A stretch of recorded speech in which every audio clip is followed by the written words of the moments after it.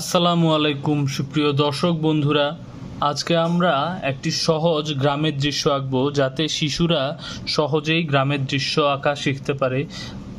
শিশুদের অভিভাবকও এই ছবি আঁকাটি শিখে নিতে পারেন, যাতে করে আপনার সোনামণিকে আপনারা ছবি আঁকা সহজেই শেখাতে পারেন। প্রথমেই আমরা একটি ঘর আঁকবো। গ্রামের দৃশ্য আঁকার জন্য একটি সহজ পদ্ধতি হচ্ছে ঘর আঁকা। ঘরের দৃশ্য একটি চারকোনা চালা এঁকে নিব আমরা। প্রথমে এই যে আমরা একটি চারকোনা চালা আঁকলাম, হয়ে গেল আমাদের ঘরের চাল। এবার দুই পাশে দুইটি দাগ দিব, দেখুন। এবার এইভাবে করে ঘরের নিচে যে পিঁড়ি থাকে সেটি এঁকে দিলাম। এবার ঘরের দরজায় আঁকবো আমরা।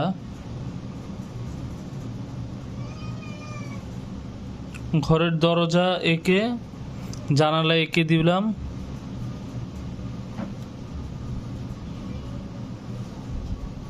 দেখুন কত সহজে একটি ঘরের দরজা জানালা সবকিছু এঁকে ফেললাম। এবার ঘরের পেছনে একটি স্কেল দিয়ে লম্বা লাইন এঁকে দিব।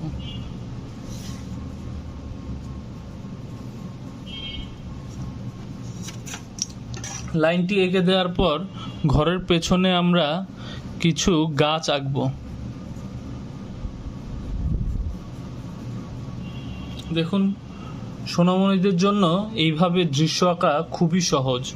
এবার কিছু বড় গাছ আঁকবো, ভি এঁকে তারপর এভাবে ডবল করে লাইন টেনে দিলেই গাছ হয়ে যায়। এবার গাছের পাতা সহজে এভাবে গোল গোল করে এঁকে দিলেই গাছ আঁকা হয়ে যায়।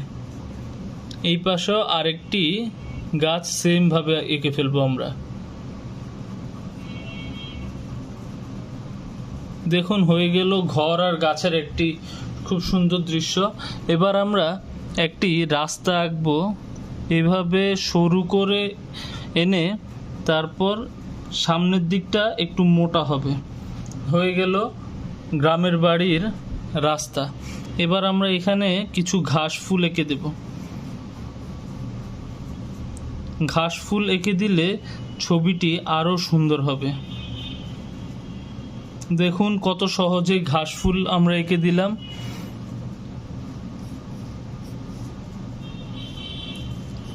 এইভাবে এই ঘাস এঁকে দিলে ছবিটি তার সবচাইতে সুন্দর রূপ ফিরে পাবে। এবার কিছু ফুল আঁকবো, কত সহজে ফুল আঁকা যায় দেখুন। এভাবে গোল করে লাভ শেপের মতো লাভ এঁকে দিলেই ফুল হয়ে যায়। এবার ফুলের সাথে কিছু পাতাও এঁকে দিচ্ছি আমরা।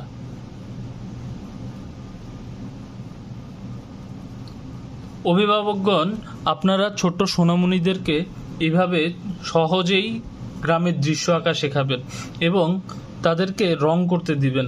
কিভাবে কি রং করতে হবে সেটা তারাই বুঝে যাবে। এবং আমার নেক্সট ভিডিওতে আমি দেখাই দিব কিভাবে রং করতে হয়, ঘরে কি রং করতে হয়, গাছে কি রং করতে হয়, আকাশে কি রং করতে হয়, সব শেখানো হবে। আর আপনারা কি ধরনের ভিডিও দেখতে চান, কি ধরনের ছবি আঁকার ভিডিও দেখতে চান, কমেন্ট করুন। ধন্যবাদ। আসসালামু আলাইকুম।